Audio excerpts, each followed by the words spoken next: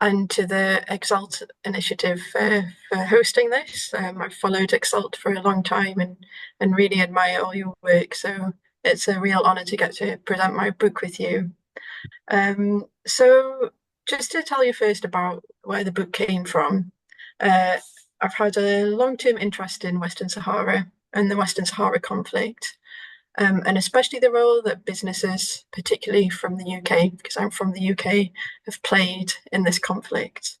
For many years, especially before my children were born, I was involved with campaigning on resource issues. And energy is one of those resources where British companies have played a particularly large role in Western Sahara. So the book comes apart from that experience. And then my academic background is in Hispanic studies. So I've had training in cultural studies. So the book is where my interests outside my job meet my academic training. And the idea for the book came from a trip to occupied Western Sahara in a time when I was staying in a friend's house there. And this was for a different past project. But when I was staying in that house where three families were living with lots of children, there were lots of power cuts and water cuts. And I could see how hard it was for the families to cope with the power cuts, especially with young children. And my hosts explained to me that, in their view, the power cuts were political and they were orchestrated. And this got me thinking about the relationship between electrical grids and political power. And because a lot of the energy developments in occupied Western Sahara are renewable, it started to get me thinking about the way that Sahrawi nomads, and Sahrawi nomads are the indigenous people of Western Sahara, think about the Saharan winds. Wind being one of the resources that is used to produce energy there. And I wondered and started to think about how energy corporations think about these same winds and how different these two conceptualizations of winds are between nomads and energy companies. And I wondered how far these two things were connected. I mean, the way we think about wind and the way we manage the energy it produces. And that's, well, the basic idea of the book. So the book gives a cultural history of the Saharan winds and how they've shaped energy developments in Western Sahara. My key argument is that the way we think about certain energy sources, wind in my case, shapes and is shaped by energy systems. In the book, I talk a lot about wind imaginaries, by which I mean the ways that we understand the wind, the meanings we attach to wind, what we think the wind is. And I have a very wide understanding of wind and include the wind blown, so how people think about sand particles and dust, aeolian rock formations, aeolian meaning being shaped by the wind, aeolian landforms like sand dunes, and the desert itself as an aeolian environment. And I developed my argument by looking at wind imaginaries of different communities across different time periods in this one space, Western Sahara, and how wind imaginaries informed and were informed by energy systems in each case. So I'll talk for about half an hour and I'll give a brief overview of the book, but I'll pull out two examples of energy systems and the wind imaginaries that underpin them in a bit more depth. So the first part of the book goes back to the 18th century and the early 19th century. And in this period, there were dozens of European and North American shipwrecks at Cape Bouche d'Eau in Western Sahara. And that's because at Cape Bouche d'Eau, the sea currents and winds change and ships get pushed onto the shores. And survivors of these shipwrecks were generally picked up by Sahrawi tribes who took them to Morocco to their respective consulates for ransom. And quite a few survivors of these shipwrecks wrote memoirs of their experiences, and they were bestsellers in their day. They were incredibly popular. With this picture from one particular memoir by someone called Captain Riley. So President Lincoln listed this as one of the three things that most influenced his political ideologies. They really were influential in their day, and some of them are still popular. So the actor Russell Crowe has been trying to get a Hollywood thriller made out of one of these memoirs, and I argue that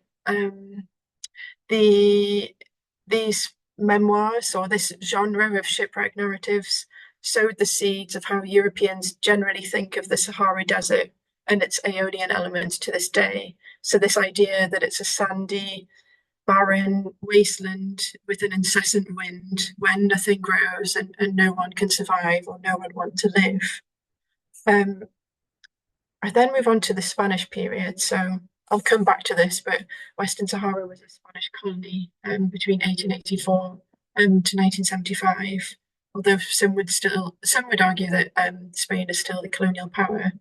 But anyway, this design here for a wind turbine comes from 1913, and this was the first wind type turbine in Spanish Sahara.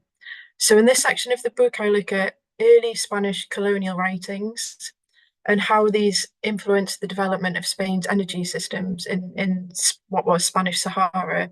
And I also look at the Spanish and US oil lobbies' attempts to control and tame the sand dunes in this period, which were an impediment to their developments.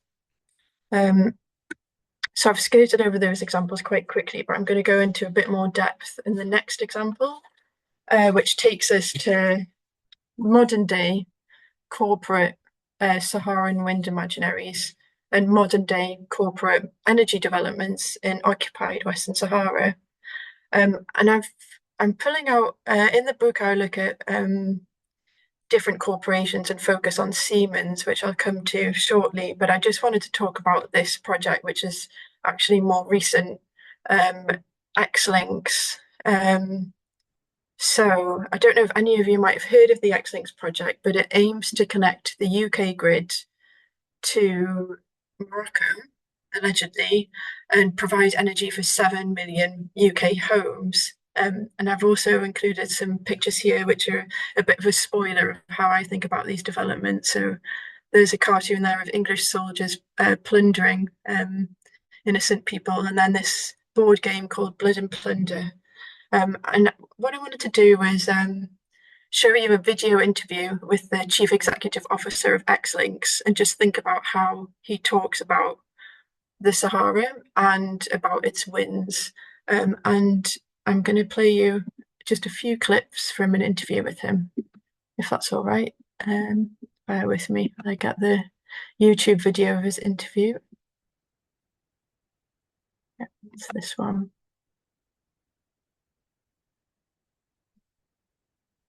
The £10 million Everyone hear that okay? Yes, we can hear that. Thanks. Okay. Let me just skip forward a little bit.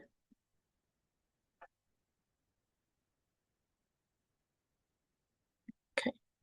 X-Links Morocco CEO, James Humphrey, and also the Chief Executive of Octopus Energy itself, Greg Jackson. Back in 2021, X-Links had identified 1,500 square kilometres of unused and unallocated land out in the Moroccan desert that was deemed suitable to build out 8 gigawatts of solar panels, another 3.5 gigawatts of wind power, and a 5 gigawatt, 22.5 gigawatt hour battery energy storage installation. To give a bit of context to those numbers. So he said this development will be built on unused and unallocated land. So just bear that in mind for a few minutes if you can. Another clip.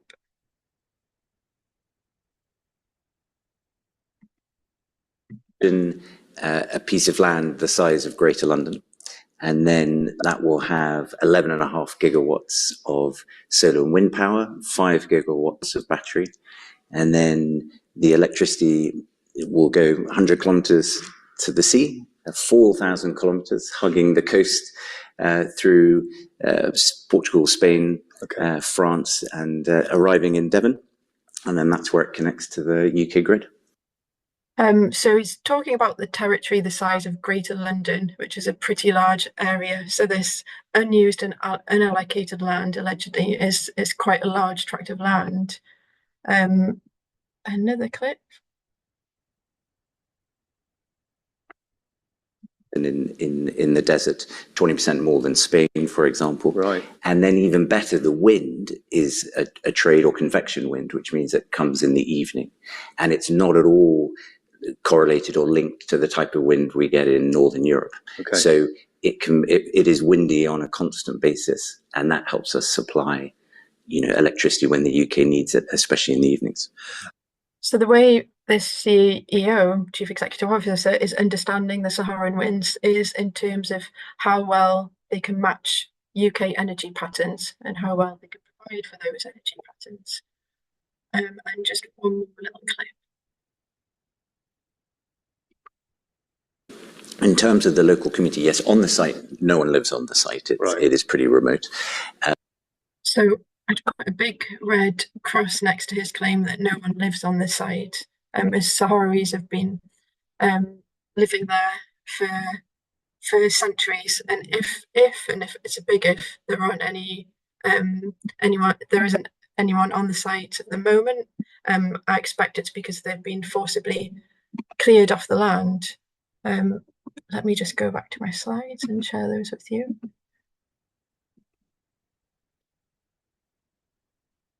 Here we are.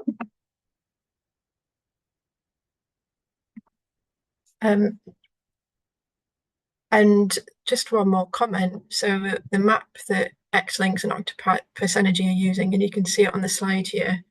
So this is inaccurate. It clubs together Western Sahara and Morocco as if they were one territory, when they're actually separate and distinct territories. And I'd imagine that any of you who work on colonial discourse or post-colonial studies or related fields will probably find all the language that this CEO is using quite familiar. We're hearing lots of colonial tropes that are underpinned by a terra nullius doctrine. And I'm sure a lot of you are familiar with terra nullius, but just in case someone isn't, terra nullius means an empty land, and it was the legal doctrine that Britain used to claim Australia, and a wider idea that underpinned European colonialism elsewhere. So it's the idea that if a people doesn't make efficient capitalist use of a territory, then it can be considered up to grabs and can be considered empty even if people were living there. And a territory was considered unoccupied if the people there were too primitive to form a political authority. This was the colonial ideas that underpinned 19th century colonialism. And to my reading, the X-Links CEO is repeating these ideas. So he's saying that these lands are unused, unallocated, and that no one lives there. He's creating this idea of a terra nullius, which can be used, in the opinion of these companies, to plunder a territory in order to power British homes. And I've picked this example, which is more recent than my book, because it's such a huge project and because of the British link, which interests me. But in the wider book, I look at how ideas of Saharan winds are used to further this conceptualization of Western Sahara as a terra nullius. How winds are used to further this idea of emptiness, of barrenness, of uselessness and waste, and how this is used to justify colonial and capitalist projects. And with the use of this particular map, the X-Links CEO literally wipes Western Sahara, my case study country for the book, off the map. And so I'll have to get into a little bit of politics and history now to give context. So on the left is the UN map of Western Sahara. Western Sahara, its name is perhaps confusing because it sounds like it's the western half of the Sahara Desert, but it's actually a distinct territory, and you can see its UN recognised borders in the map there. Western Sahara was colonised in 1884 by Spain and was never decolonised.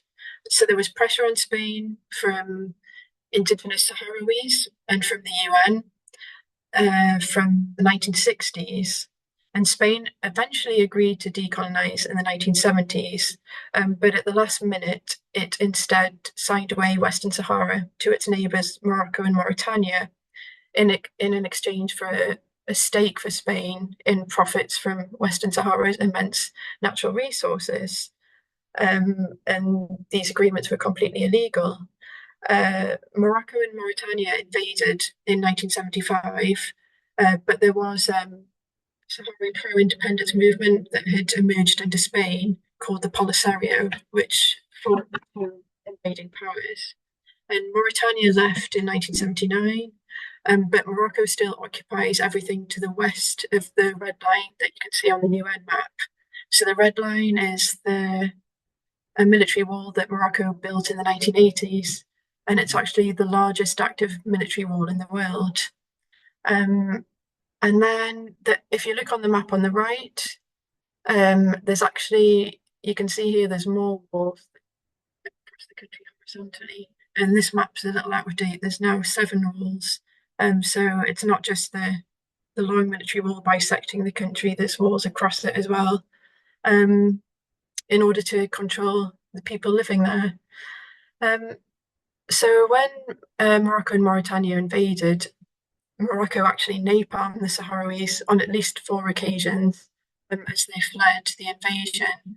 And those that could flee ended up in Tindouf, which you can see on the map up in the corner of Algeria. Algeria offered them asylum, so they built refugee camps near Tindouf. And in 1976, those refugee camps were also declared a state in exile. The Sahrawi Republic by Polisario. And Sahrawis that couldn't flee in 1975 remain under Moroccan control.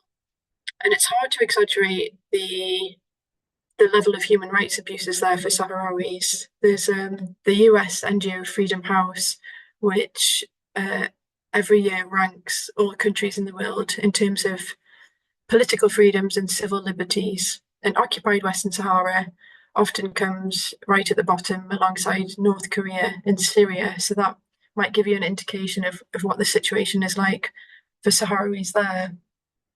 And this here is the UN map of non-self-governing territories.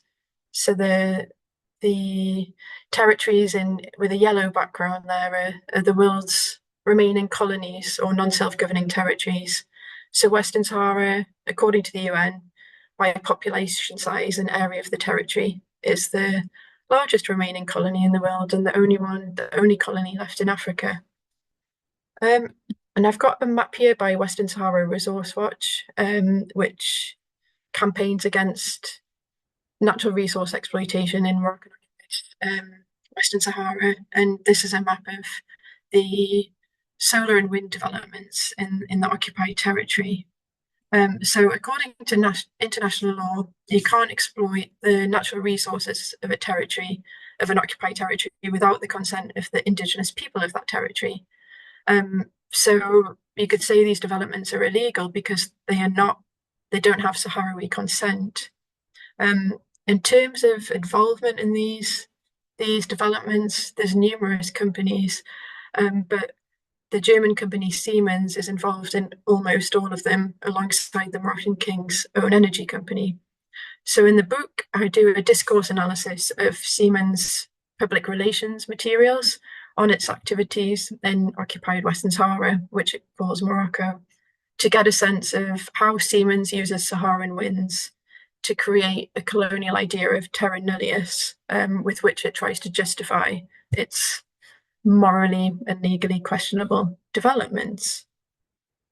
So over the course of my research project, the company in charge of the developments in occupied Western Sahara changed slightly. So it went from being German Siemens to Siemens Gamesa, and then back to Siemens. And most of the research, because I did it between 2009 to 2017, was when it was the first round of Siemens being in charge. And when they passed over to Siemens Gamesa, this webpage. This image is from the homepage of the Siemens in Morocco, disappeared along with a lot of the PR materials.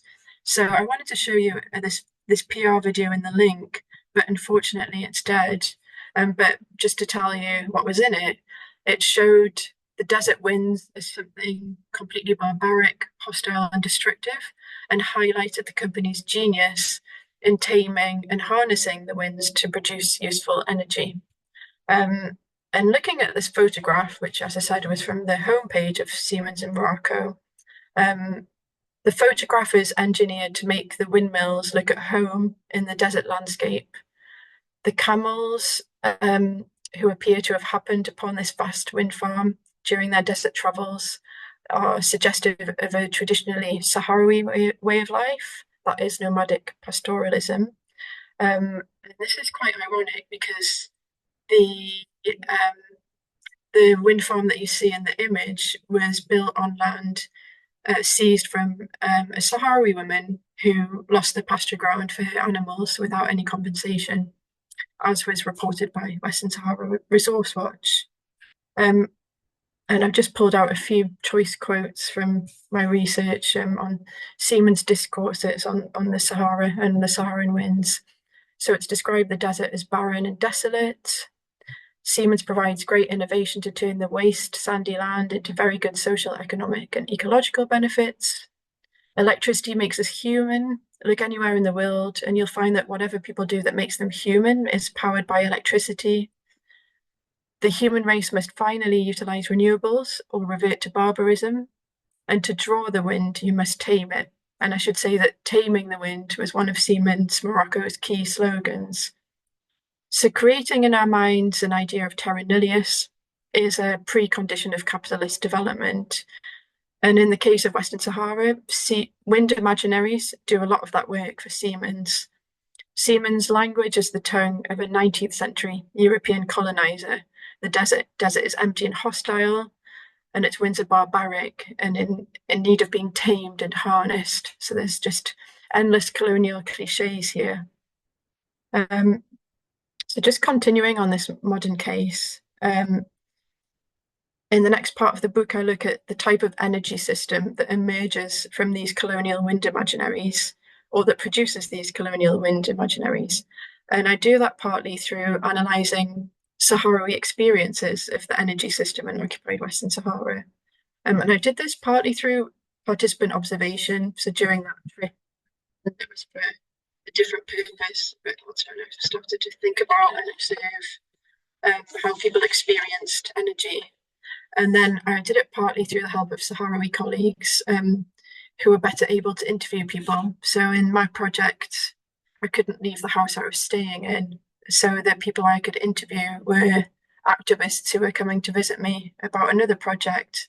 But my Sahrawi colleagues could also interview people who didn't consider themselves activists.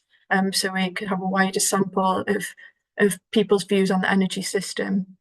And the three of us published an article on that separately, but also with their permission, it's a chapter in my book too. So I've just got a very few quotes from an awful lot of quotes that we got through the project, but this, for example, someone telling us about the power cuts they experience, and I conceptualize this as a type of infrastructural violence in the book. So this person said, the amount of power cuts, it depends on which neighbourhood you live in. Some neighbourhoods face these cuts always, and some of them face it just sometimes. And these cuts last for 4, 6 hours, sometimes all day. We know that there are some errors that happen in the grid, but frequently these cuts are because our demonstrations in which we demand our right to self-determination. They always do that, or in some of our national days as Sahrawis. Sometimes they cut it if they bring more soldiers and arms from the airport to the desert, to the berm, the military wall. They don't want people or activists to know how many arms and vehicles of war or soldiers are coming into the territory. And title here, what do you think of the renewable energy developments in Western Sahara? So these are indicative of wider points of view on this. We don't accept them here. They plunder our natural resources in our country, and people don't benefit from them. So I'm against it. We can support the green energy, but when we get freedom first. sorry for the error there. They support this occupation and give Morocco reasons to continue the occupation, so they become a part of the problem and a wall that prevents us or impedes us to move towards a solution, a final solution, which is independence. If you mean the big machine, which they built down the coast and in other places, the only thing I know is they loot Western Sahara's natural resources through them. We don't benefit from it at all. So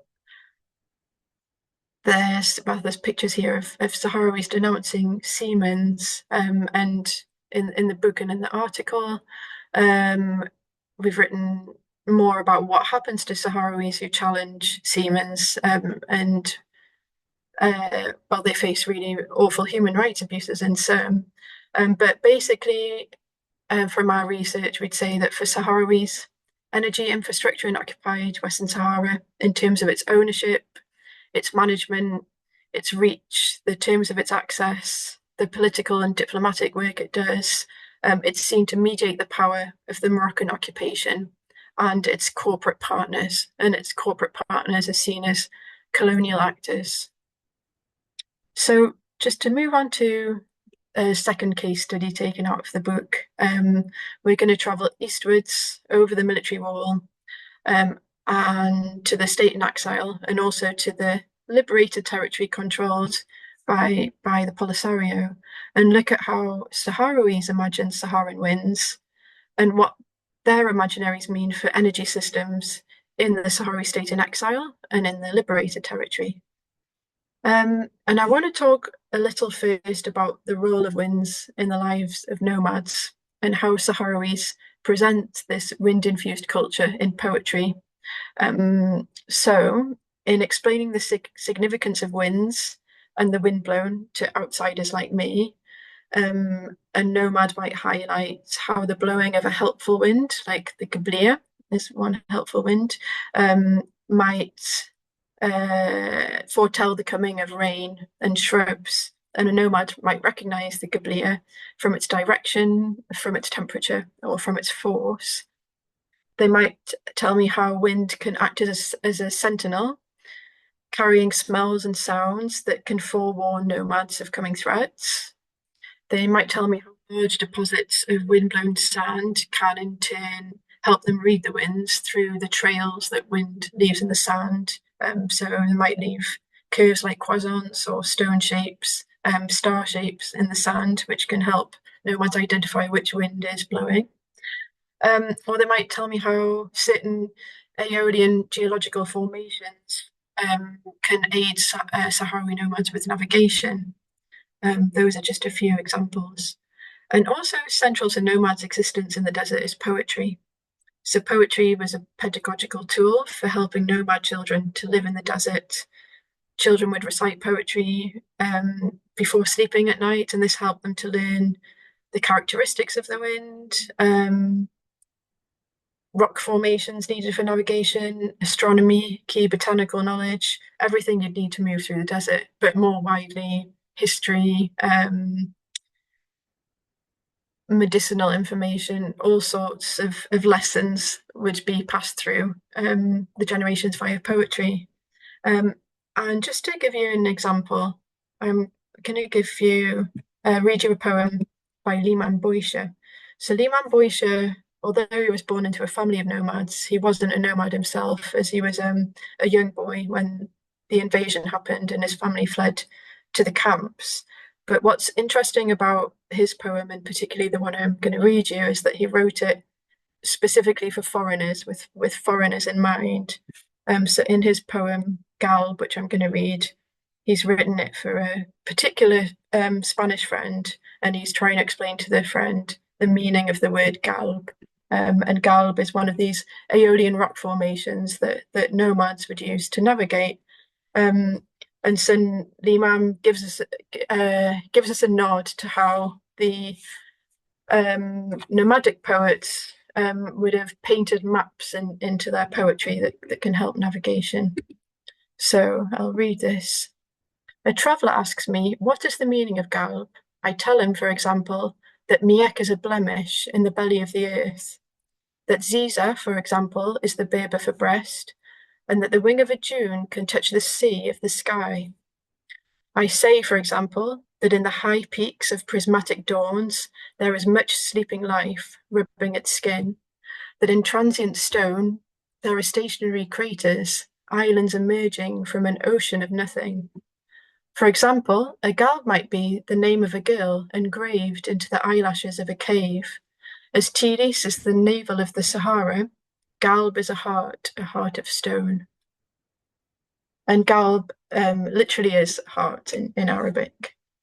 So in contrast to Siemens' discourse on Saharan winds and wind-blown desert wasteland, this poem emphasizes the agency of non-human parts of the wind-blown desert and its interaction with Sahrawi nomads in a way that doesn't emphasize human control and domination. And as I mentioned, the poem also reflects a cartography of the desert. So the named landmarks in the poem appear in a way that reflects their geographical location in Western Sahara. So Miek would be the northernmost galb that's named in the poem, Ziza a little further south, and so on. So you can see how these cartographic poems would have been formed.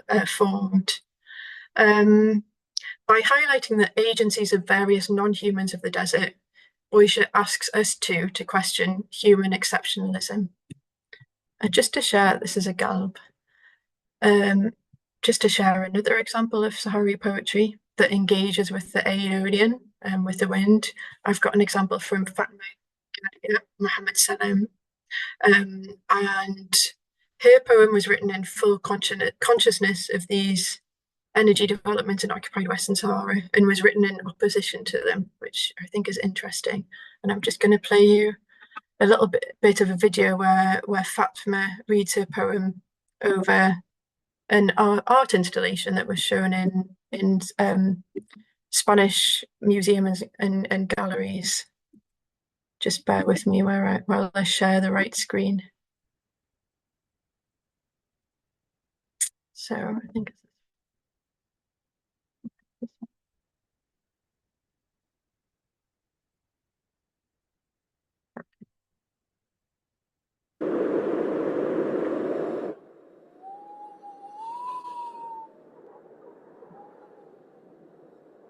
En la ciudad del viento veo lo que nadie ve, siento lo que nadie siente, lo digo, lo repito con el viento y no me arrepiento. El desierto me hace sentir como una princesa en la ciudad del viento. En la ciudad del viento hay palacios de piedras y castillos de arena, como en los cuentos de hadas. El desierto me hace sentir como una princesa en la ciudad del viento.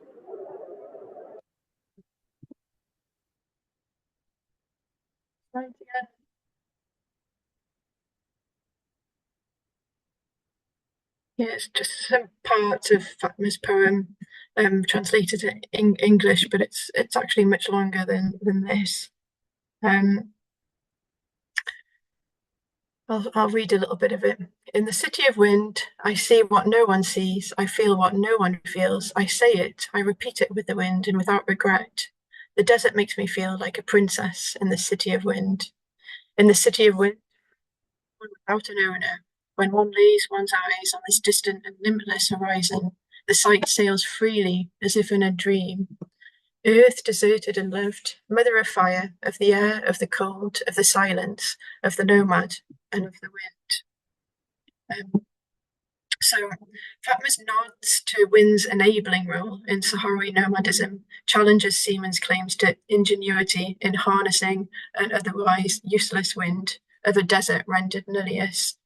And she nods here to some key parts of Sahrawi nomadic philosophies and echoes what Boisha raises as well, in that the desert belongs to no one, and different phenomena and beings of the desert are interconnected and must look after each other if all are to survive. So Fatma alludes to how different aspects of the desert look after her and spoil and indulge her.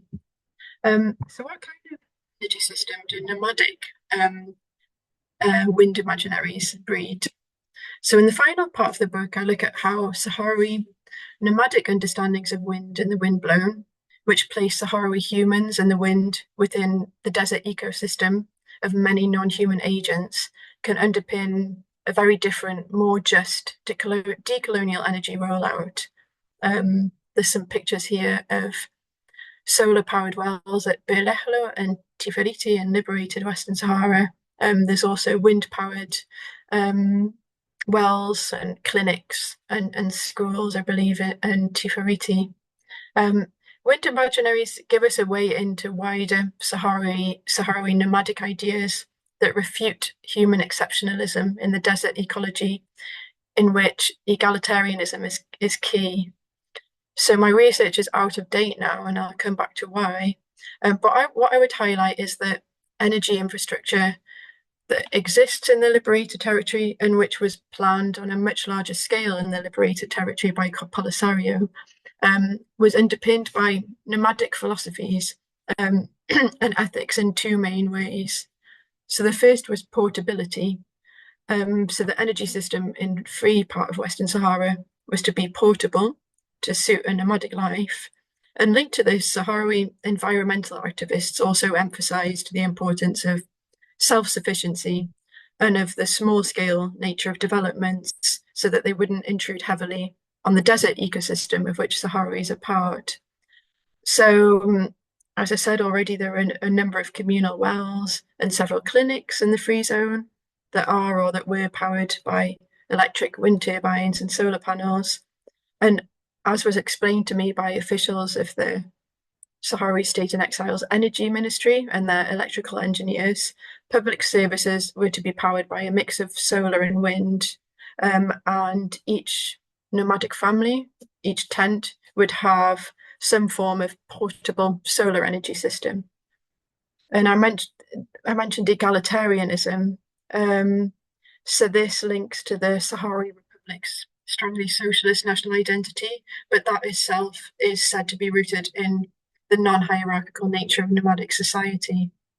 And to give an example from the refugee camps or state in exile, when the camps first started to get electricity in the 1980s, and it was via a solar project in partnership with a Swiss NGO, the government had to decide, they had to prioritise who would get energy first.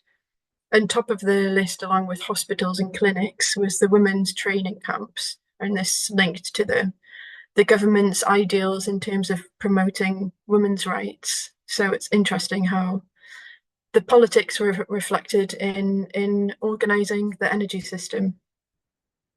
So to recap, my book argues that the way we imagine, that is the way we think about, understand and attach meaning to the phenomena that we use as energy sources, in my case wind, shapes energy systems, and energy systems likewise shape wind imaginaries. So I've taken two examples from my book in this talk: corporate colonial wind imaginaries, which underpin an energy system that enacts violence and military occupation, and nomadic wind imaginaries, which are weaved into a nomadic energy system that's considerate of beings other than humans and which aims to promote egalitarianism. So I said that my research is out of date, and the poignant thing is that this nomadic energy future may be put on hold with the return to war. So Morocco broke the ceasefire at the end of 2020, and this free zone, the liberated territory, where Sahrawis had been working to create conditions for a return of nomads and developing this renewable energy system, is on hold now, as the territory is a war zone again, and many nomads have moved back to the refugee camps. So I'll end this talk with a question mark. A nomadic energy future? I hope there will be. Thanks very much for listening and coming. And if anyone has any questions, I'll be all ears. Yes, thank you so much, Joanna. And just like she said, you can ask some questions in the chat or then ask them here in the Zoom, either or. And I think there might be a question in the chat. Oh yeah, thanks Pedro, and hi. Pedro is a long-term colleague from Western Sahara Resource Watch. So he's rightly highlighting in the third section of IPJET's last book, Justice on Trial, Law, Politics in Western Sahara, also focuses on the exploitation of the natural resources of the territory.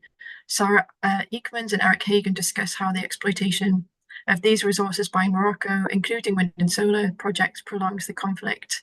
You can find the ebook version of this book in many online stores like eBooks, Barnes and Noble for a couple of euros, pounds or dollars. Yeah, thanks, Pedro. And Resource Watch's work is a big inspiration in the book, and I draw an awful lot on Resource Watch's reports throughout the book, especially the section on Siemens.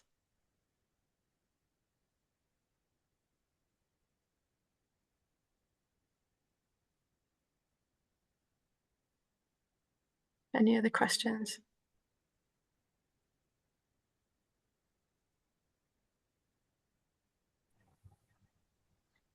Well, do you hear me? Yeah. Yeah, okay. Thank you for your words, Joanna. I would like to ask you if the two last judgments of the European Court, of course, it was about fisheries, one, the other about agricultural products.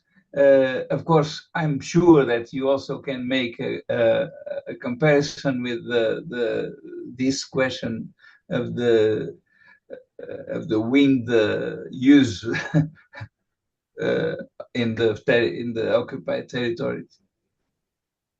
Yeah, thanks, Pedro. Yeah, so last week or the week before last, there was an EU High Court decision on some cases.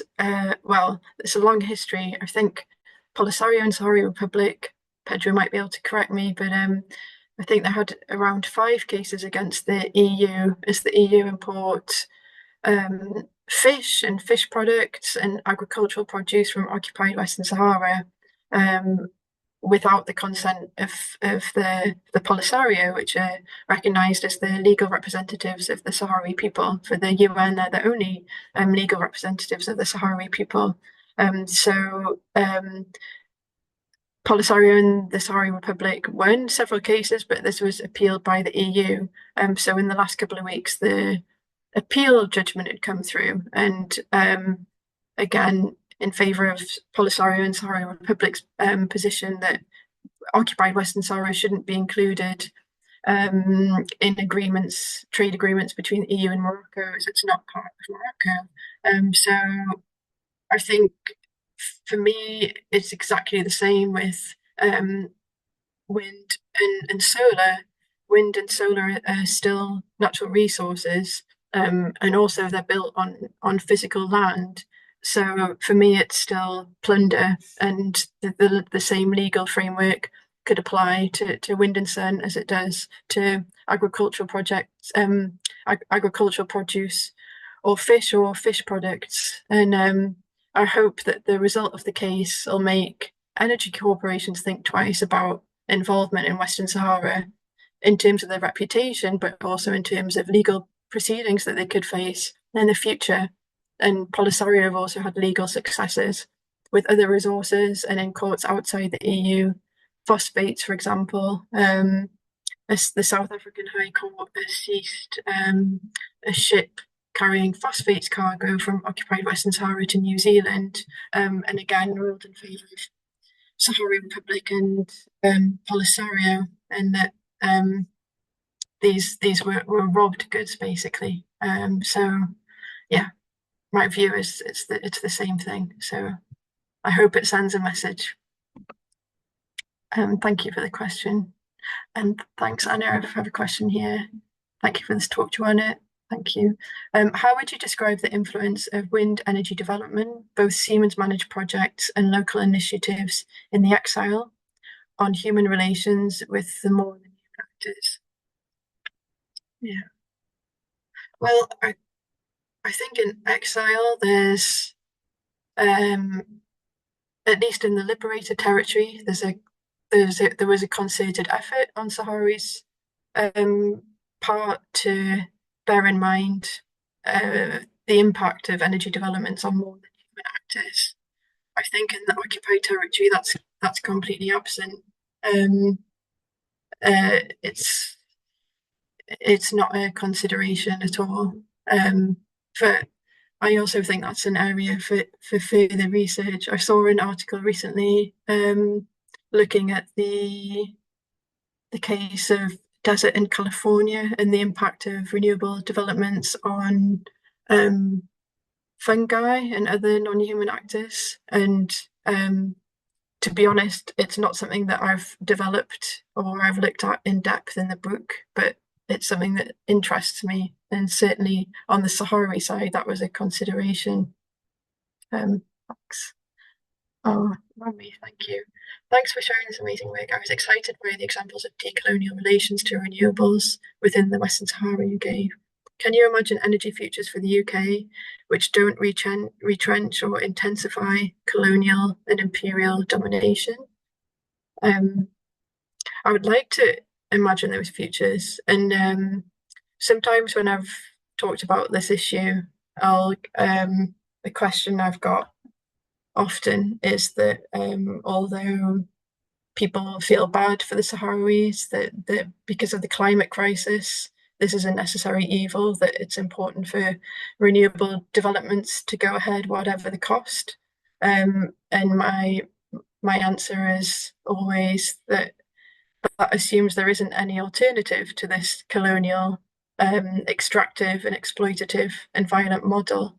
So the energy future I imagine, I suppose, would be inspired by what the Sahrawis were hoping to do in the liberated territory, these sort of full-scale, localized projects that are very aware of the ecosystem in which they're built. And I think those ideas are things that could ideally be replicated elsewhere. And I think they are in many places. Whether or not the UK could manage that, maybe I don't know, feeling a bit hopeless at the moment, but well, I think I'll say, I suppose this was a great way of developing energy for a nation, which could be a model for elsewhere. I hope that answers your question.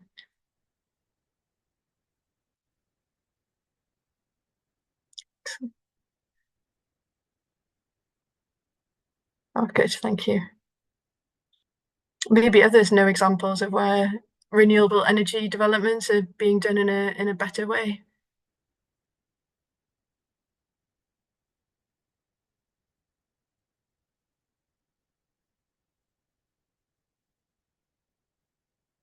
Okay, well, thank you so much. If there's no more questions, just to say it's been a great honour to talk to you all and present the book here. Yes, thank you so much, Joanna, and thank you everyone for joining as well and asking questions.